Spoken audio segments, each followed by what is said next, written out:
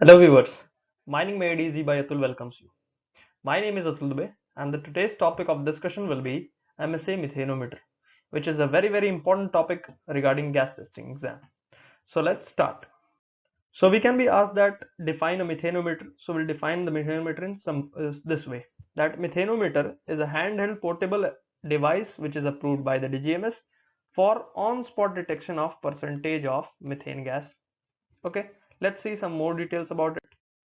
A methane detector or a methanometer is a rectangular shaped device which works on rechargeable battery which is of nickel cadmium composition, and on the front side there is an analog scale having graduations 0 to 5%, and apart from this there is a badging of DGMS also we'll be seeing in the next slide.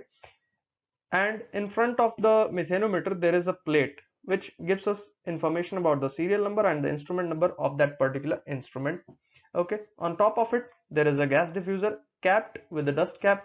Dust cap is provided so that the dust doesn't get into the inlet and jams it. Okay, now coming to the right part of this, on the right side there is a voltage check button, and on the left side there is the methane check button. At the back of this instrument there is a battery fitted on which this device works.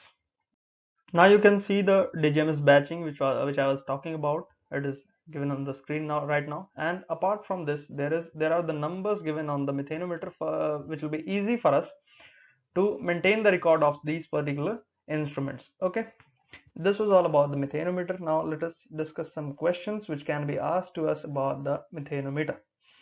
The interviewer can ask us that what is the weight of the methanometer, so we have to give the answer that it is 470 grams.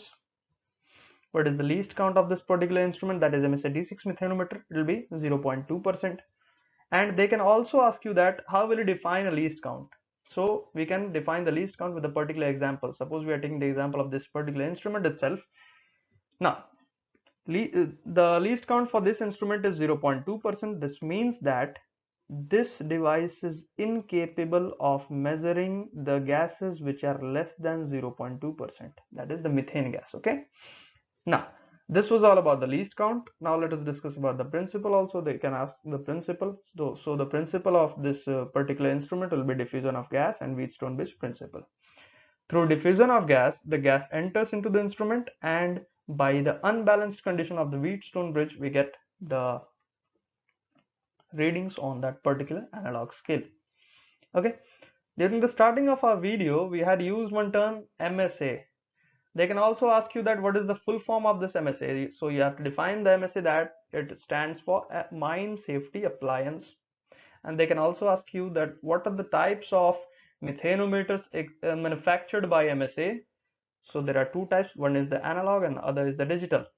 The example for analog will be D6 methanometer, and for digital it will be D6D methanometers. They can also ask you that what is the operating voltage, so you have to give the answer that it has the operating voltage between 2.2 to 2.8. This means that if the battery voltage is less than 2.2, then the device will be incapable of measuring methane gas. Okay, so let's move ahead. They can also ask you that after how many days will you calibrate the particular methanometer. So you have to give the answer that after every 3 months we'll be calibrating the methanometer.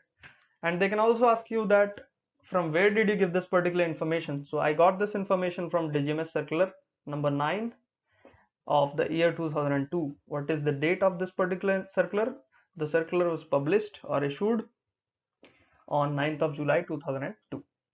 One last question that they can ask you that suppose if I put the battery for charging, then after how much time will this battery get completely charged? So we have to give the answer that if I charge the battery for 14 hours in continuous, then this battery will get 100% charged. Okay, one more part is left about methanometer, that is the telescopic probe. Telescopic probe is a rod of 142 centimeter length which is used by us, that is the mining engineers, to test gases at those places which are inaccessible. Examples of inaccessible may be there is a high gallery, suppose our hand doesn't reaches the roof and we have to test the gas present in the roof, how much gas is present. So we'll use this particular instrument. Suppose we have to test the gas in a blast hole, then also we can use this particular instrument or the part of the methanometer. Okay, so let's discuss about the telescopic probe. Question arises that how will you fix this telescopic probe on this particular instrument? In order to fix the telescopic probe on the instrument, we have to first open the dust cap, which was shown in the previous slide. Okay, now we'll fix this telescopic probe as shown in this pic. Okay, and it has also got an aspirator bulb.